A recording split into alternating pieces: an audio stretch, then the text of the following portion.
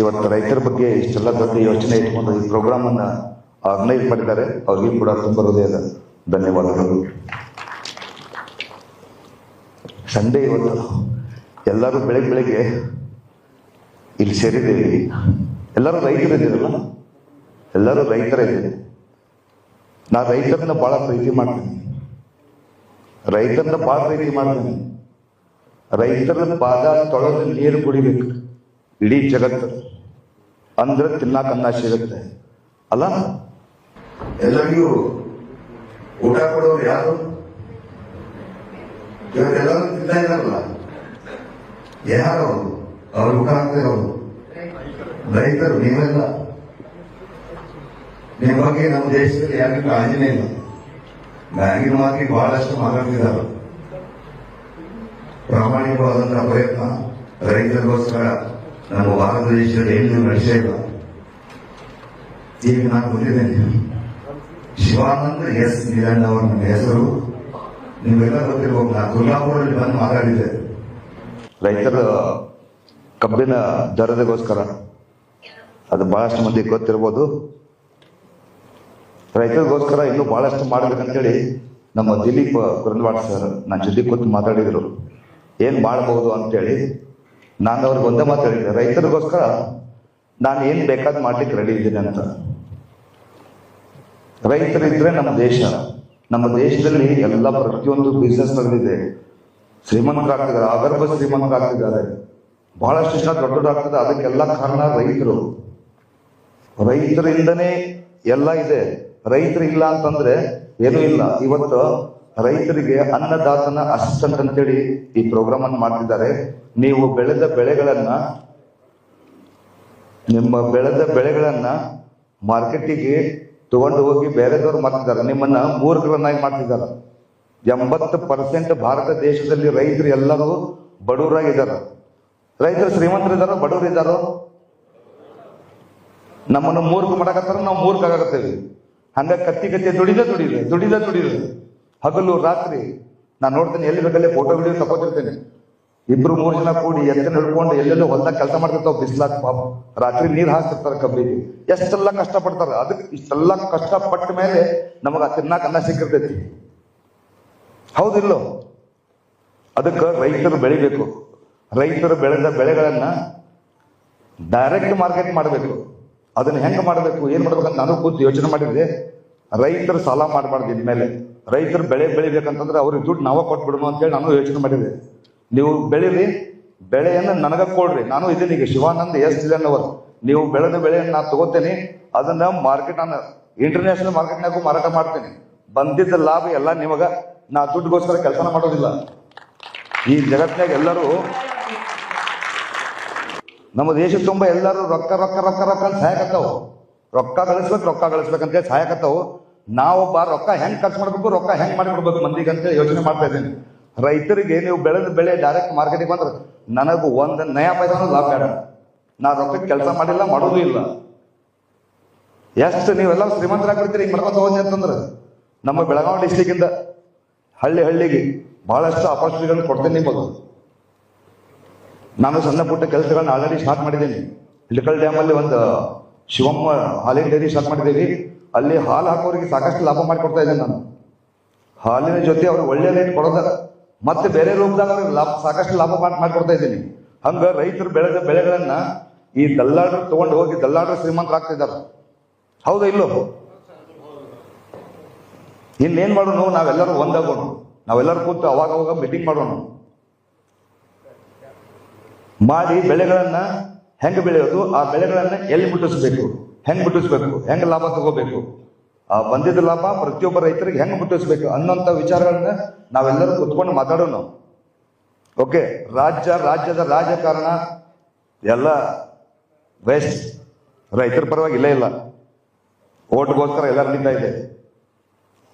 ಈಗ ನಾ ಬಂದಿದ್ದೇನಲ್ಲ, ನನ್ನ ಪರಿಚಯ ನೀವು ಇಟ್ಕೊಳ್ರಿ. ಶಿವಾನಂದ್ ಎಸ್ ನಿಲಣ್ಣ ಅವರು ಅಂತೇಳಿ. ನಾನು ನಾಟಕೀಯವಾಗಿ ಮಾತಾಡಿ ಹೋದೆ ಅಂತ ಹಿಂಗಿಲ್ಲ. ನಾನು ಲಕ್ಷಾಂತರ ಜನ ನಮ್ಮ ಆರ್ಮಿದವರಿಗೆ, ನಮ್ಮ ಇಂಡಿಯನ್ ಆರ್ಮಿ ಕೆಲಸ ಮಾಡ್ತಾರಲ್ಲ ಯೋಧರು, ನಮ್ಮ ದೇಶ ಕಾಯ್ತಿದಾರಲ್ಲ, ಅಲ್ಲಿಂದ ರಿಟೈರ್ಡ್ ಆಗಿ ಬಂದವ್ರದ್ದು ಜೀವನ ಲಕ್ಷಾಂತರ ಮಂದಿ ಭವಿಷ್ಯವನ್ನ ಬದಲಿಸಿದೆ ನಾನು. ಇನ್ನು ರೈತರ ಭವಿಷ್ಯ ಬದಲಿ ಮಾಡ್ಬೇಕಲ್ಲ ನಾನು. ರೈತರ ಬಗ್ಗೆ ಕಾಳಜಿ ಯಾರು ಇಲ್ಲ, ಯಾರೋ ಒಬ್ಬರು ಬೇಕಲ್ಲ. ರೈತರ ಬಗ್ಗೆ ಕಾಳಜಿ ಮಾಡಕ್ ಯಾರೋ ಒಬ್ರು ಬೇಕಲ್ಲ. ಅದಕ್ಕೆ ನಾ ಬಂದಿದ್ದೀನಿ. ನಿಮಗೊಬ್ಬರು ಅಸಿಸ್ಟೆಂಟ್ ಕೊಡ್ತೇವೆ. ಅಸಿಸ್ಟೆಂಟ್ ಅಂದ್ರೆ ಅವ್ರು ಏನ್ ಮಾಡ್ತಾರ, ನಿಮಗೆ ಇಲ್ಲಿ ಟ್ರೈನಿಂಗ್ ಕೊಡ್ತೈತಿ, ಕಲಿಸ್ತೈತಿ. ನೀವು ಬೆಳೆದ ಬೆಳೆಗಳನ್ನ ನೀವು ಬೆಳೆ ಬೆಳಿಬೇಕಂತಂದ್ರ ಬಹಳಷ್ಟು ಜನ ನೋಡ್ತೀನಿ ನಾನು, ಸಾಲ ಮಾಡ್ತಾರ. ಮೊದ್ಲೇ ಸಾಲ ಮಾಡೋದು, ಸಾಲ ಮಾಡಿ ಎಲ್ಲ ಗುದ್ದಾಡಿ ಬೆಳೆ ಮಾಡೋದು. ಬೆಳೆ ಬೆಳೆದ್ಮ್ಯಾಗ ರೊಕ್ಕ ಬಂತಂದ್ರ ಸಾಲ ಬಗೆಹರಿಸ್ಕೊಳ್ಳೋದು ಮತ್ತು ಕಾಲಿನ ಇರೋದು. ಇದೊಂಥರ ಮಜಾ ಐತಿ. ಇದು ರೈತರ ಪರಿಸ್ಥಿತಿ. ರೈತರ ಪರಿಸ್ಥಿತಿ ಸಾಲ ಮಾಡೋದು, ಬೆಳೆ ಬೆಳೆದು ಬೆಳೆ ಬಂದಿದ್ದು ಮಾರಾಟ ಮಾಡಿ ಸಾಲ ಮಾಡಿಸೋದು, ಮತ್ತೆ ಕಿಶದ ರೊಕ್ಕ ಇರಂಗಿಲ್ಲ. ವಿಚಿತ್ರ ಜೀವನ ಐತಿದ. ಇನ್ನು ಮೇಲೆ ಹಿಂಗಾಗ್ಬಾರ್ದು.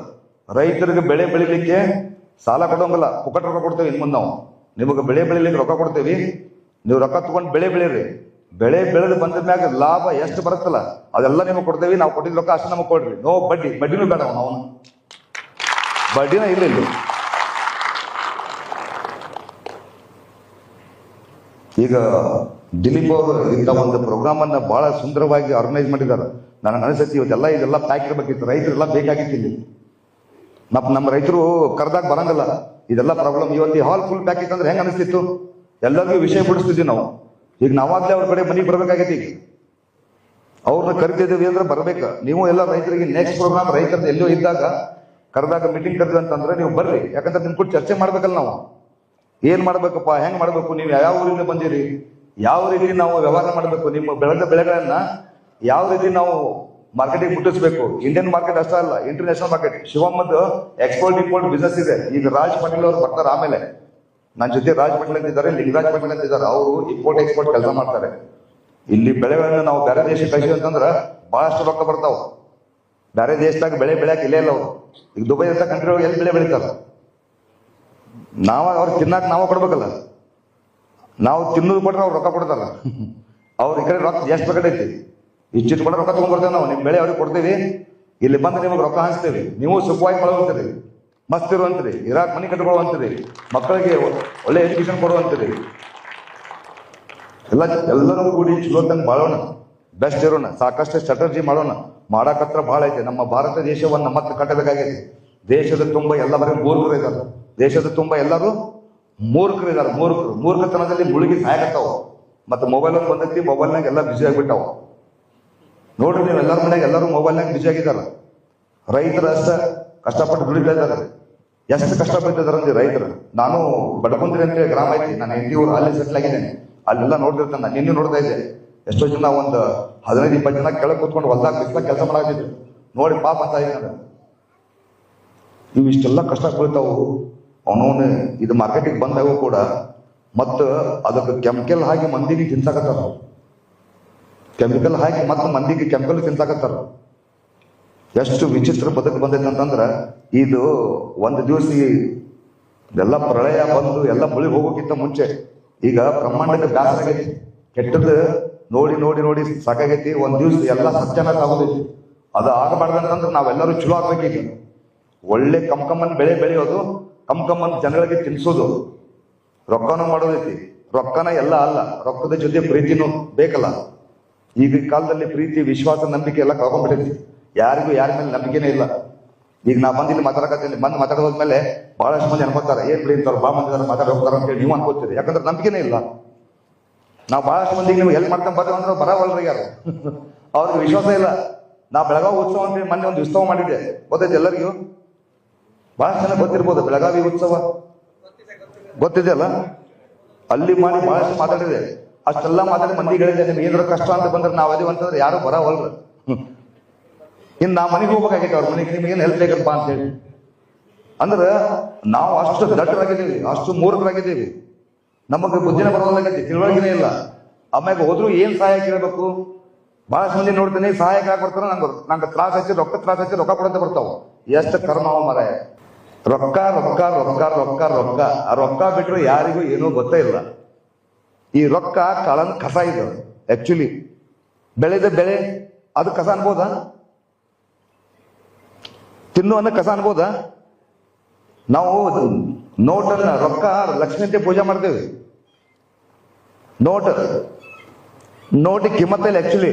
ಅದ್ರ ಮೇಲೆ ಜಗತ್ ನಡೆದೈತಿ. ಈಗ ರೊಕ್ಕ ರೊಕ್ಕ ಅಂತೇಳಿ ರೊಕ್ಕಕ್ಕೆ ಬೆನ್ನತ್ತಿ ಎಲ್ಲ ಹಾಳಾಗಿ ಹೋಗೈತಿ ದೇಶ. ಈಗ ಮತ್ತೆ ದೇಶವನ್ನ ಕಟ್ಟಬೇಕಲ್ಲ. ನಾನು 2030ರಲ್ಲಿ ಈಗ ಬರ್ತಕ್ಕಂಥ 2030 ಇದೆಯಲ್ಲ, ನಮ್ಮ ಭಾರತ ದೇಶವನ್ನ ಸ್ವರ್ಗವನ್ನಾಗಿ ಮಾಡ್ಬೇಕಂತೇಳಿ ಭಾರತ ದೇಶ ತುಂಬಾ ಎಲ್ಲ ಕಡೆ ಓಡಾಡಕತ್ತೇನೆ ನಾನು. 7 ಲಕ್ಷ ಕಿಲೋಮೀಟರ್ ಆಲ್ರೆಡಿ ಅಡ್ಡಾಡಿದ್ದೇನೆ ನಾನೀಗ ಭಾರತ ದೇಶ ತುಂಬಾ 10 ವರ್ಷದಾಗ. ಇನ್ನೂ ಅಡ್ಡಾಡಕತ್ತೇನೆ, ಎಲ್ಲ ಕಡೆ ಹೋಗಿ ಎಲ್ಲರಿಗೂ ಇದನ್ನ ಹೇಳಕತ್ತೇನೆ. ದೊಡ್ಡ ಸಾಮ್ರಾಜ್ಯ ಕಟ್ಟಿಕೊಂಡಿದ್ದೇನೆ, ದೊಡ್ಡ ಸಾಮ್ರಾಜ್ಯ. ಬರ್ತಕ್ಕಂಥ ದಿವಸದಲ್ಲಿ ಭವಿಷ್ಯ ಬಹಳ ಚೆನ್ನಾಗಿದೆ, ಬಹಳ ಚಲೋ ಐತಿ. ರೈತರಿಗೆ ಭವಿಷ್ಯ 100% ನಾವು ಕಟ್ಟಿಕೊಡ್ತೇವೆ. ಯಾರು ಚಿಂತೆ ಮಾಡೋಂಗಿಲ್ಲ. ಎಲ್ಲರೂ ಖುಷಿ ಖುಷಿಯಾಗಿ ಇರ್ಬೇಕಾಗೈತಿ. ಎಲ್ಲರೂ ಕೂಡಿ ದೇಶವನ್ನ ಮತ್ತೆ ಕಟ್ಟೋಣ. ರೈತರ ಖುಷಿಯಾಗಿದ್ರೆ ದೇಶ ಖುಷಿಯಾಗಿರ್ಬೋದು. ರೈತರ ಖುಷಿ ಇಲ್ಲ ಅಂತಂದ್ರೆ ದೇಶ ತಗೊಂಡು ಏನ್ ಮಾಡೋದೈತಿ? ಹೌದಾ ಇಲ್ಲೋ? ರೈತರು ಬೆಳೆದು ಬಂದ್ ಮಾಡಿದ್ರು ಅಂತಂದ್ರ, ರೈತರು ಕೆಲಸ ಮಾಡೋದು ಬಂದ್ ಮಾಡಿದ್ರೆ ಏನಾಗ್ಬೋದು ಪರಿಸ್ಥಿತಿ? ತಿನ್ನಾಕ ಅನ್ನ ಬೇಕಲ್ಲ. ನಾವೇನ್ ಮಾಡೋಣ? ದುಬೈದವ್ರಿಗೆ ಕೇಳಿದ್ರೆ ದುಬೈದ ಅವರು ಬೆಳೆಯಂಗಿಲ್ಲ. ಎಲ್ಲಿಂದ ತರೋದು ಊಟ? ನಮ್ಮ ಭಾರತ ದೇಶ ಹೈಯೆಸ್ಟ್ ಬೆಳೆ ಬೆಳಿತೀವಿ ನಾವು. ಬಹಳಷ್ಟು ದೇಶಕ್ಕೆ ಊಟ ಹಾಕ್ತೇವೆ ನಾವು. ಆದ್ರೆ ಇಷ್ಟೆಲ್ಲ ಮಾಡಿ ಕೂಡ ಮತ್ತು ಬಡವರು ಅದಾವೆ. ಇನ್ನು ಮುಂದೆ ಎಲ್ಲರೂ ಕೂಡಿ ದೇಶವನ್ನ ಕಟ್ಟೋಣ, ಎಲ್ಲರೂ ಕೂಡಿ ಬೆಳೆಯೋಣ. ಮೀಟಿಂಗ್ ಕರೆದ್ರೆ ಮತ್ತೆ ಎಲ್ಲರೂ ಬರ್ಲಿ. ಎಲ್ಲರೂ ಕೂಡಿ ನೀವು ಬೆಳೆದ ಬೆಳೆಗಳನ್ನ ಡೈರೆಕ್ಟ್ ಹೆಂಗ್ ಮಾರ್ಕೆಟ್ ಮಾಡಬಹುದು, ನಿಮ್ಮ ಮಕ್ಕಳಿಗೆ ಅಲ್ಲಿ ಇಲ್ಲಿ ಜಾಬ್ ಹೆಸಕ್ ಹೋಗ್ಬೇಡ್ರಿ. ನಿಮ್ಮ ಮಕ್ಕಳಿಗೆ ಗುಲಾಮರನ್ನಾಗಿ ಮಾಡಕ್ ಹೋಗ್ಬೇಡ್ರಿ. 20,000 30,000 ನಾನು ನೋಡ್ತೀನಿ. ನನ್ನ ಹತ್ರ ನಮ್ಮ ಮನೆಗದು ಬಾ ಮಂದಿ ಬರ್ತಿರ್ತಾರೆ ರೈತರು. ಅವ್ರ ಮಕ್ಕಳನ್ನ ಕರ್ಕೊಂಡು ಇವ್ರು ಒಂದು ಕೆಲಸ ಇದ್ರೆ ಕೊಡಂತಾರ. ಅವ್ರು ಕೆಲಸ 15,000 20,000 ದುಡ್ದು ಏನ್ ಮಾಡೋದು? ರೈತಕ್ಕೆ ಒಳಗ ಸಾಕಷ್ಟು ಮಾಡಬಹುದು. ಬೆಳೆಗಳನ್ನ ಚಲೋ ಬೆಳೆದ ಅದನ್ನ ಹೆಂಗ ತಲೆ ಓಡಿಸಿದ್ರೆ ಬಹಳಷ್ಟು ದೇಶದಾಗ ತಿನ್ನಾಕನ್ನ ಇಲ್ಲ. ಎಟ್ಟು ಬೇಕಾದ್ರೆ ರೊಕ್ಕ ಕೊಡಕ್ ರೆಡಿ ಇದಾರ. ಬೆಳೆಯನ್ನ ಅವ್ರು ಮುಟ್ಟಿಸ್ಬೋದು. ನಾವು ಶಾಣೆ ಇಲ್ಲ, ನಾವು ದಡ್ಡಿರ್ತೇವೆ. ನಮ್ದು ಪ್ರಾಬ್ಲಮ್ ಐತಿ. ಹೌದಿಲ್ಲ? ಅದಕ್ಕೆ ಈಗ ಏನ್ ಮಾಡೋನು? ಎಲ್ಲರೂ ಶಾಣೆ ಆಗೋನು, ಹುಷಾರಾಗೋನು. ದಡ್ಡಿರ್ದೇವಲ್ಲ, ಇನ್ನು ಶಾಣೆ ಆಗೋನು. ಏನ್ ಮಾಡಿದ್ರೆ ಏನ್ ಚಲೋ ನಿಮಗೆ ಗೊತ್ತಿಲ್ಲ ಅಂತಂದ್ರೆ ನಾವು ಕಲಿಸ್ತೇವೆ. ನಾವು ಕಲಿಸಿದ್ದನ್ನ ಕಲ್ಕೊಳ್ರಿ, ತಿಳ್ಕೊಳ್ರಿ, ಆ ಪ್ರಕಾರ ಮಾಡ್ತಾ ಹೋಗೋನು. 100% ನೀವು ಎಲ್ಲರೂ ನಿಮ್ಮ ಲೈಫ್ ಒಳಗೆ ಸುಖ ಅನುಭವಿಸಬಹುದು. ನಿಮ್ಮೆಲ್ಲರಿಗೂ ಸುಖ ಕೊಡ್ತೀನಿ ನಾನು ಬರ್ತಕ್ಕಂಥ ದಿವಸದಲ್ಲಿ. ನೀವು ರೆಡಿ ಆಗ್ರಿ, ಗಟ್ಟಿಯಾಗಿ ನಿಲ್ರಿ. ಓಕೆ?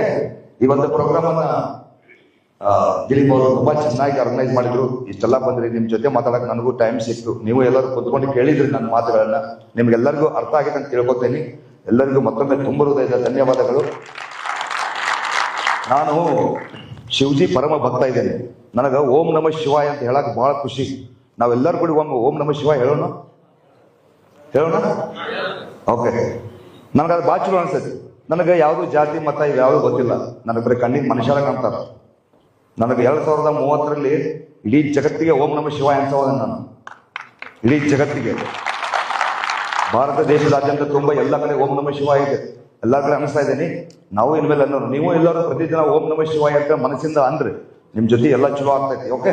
ಒಂದ್ 2 ನಿಮಿಷ ಅನ್ನೋಣ. ಓಕೆ. ಓಂ ನಮಃ ಶಿವಾಯ. ಓಂ ನಮಃ ಶಿವಾಯ. ಓಂ ನಮಃ ಶಿವಾಯ. ಓಂ ನಮಃ ಶಿವಾಯ. ಓಂ ನಮಃ ಶಿವಾಯ. ಓಂ ನಮಃ ಶಿವಾಯ. ಓಂ ನಮಃ ಶಿವಾಯ. Thank you so much. ಇದ್ರೊಳಗೆ ಬಹಳ ದಮ್ಮಿದೆ, ಇದ್ರೊಳಗೆ ಬಹಳ ಪಾಸಿಟಿವ್ ಎನರ್ಜಿ ಇದೆ. ಇದನ್ನ ದಿನ ಅಂದ್ರೆ ನಿಮ್ಮ ರಕ್ತದ ಕಣಕಣದಲ್ಲಿ ದೇವ್ರು ಬಂದು ಕುಂದಿರ್ತಾನೆ. Okay? Thank you so much.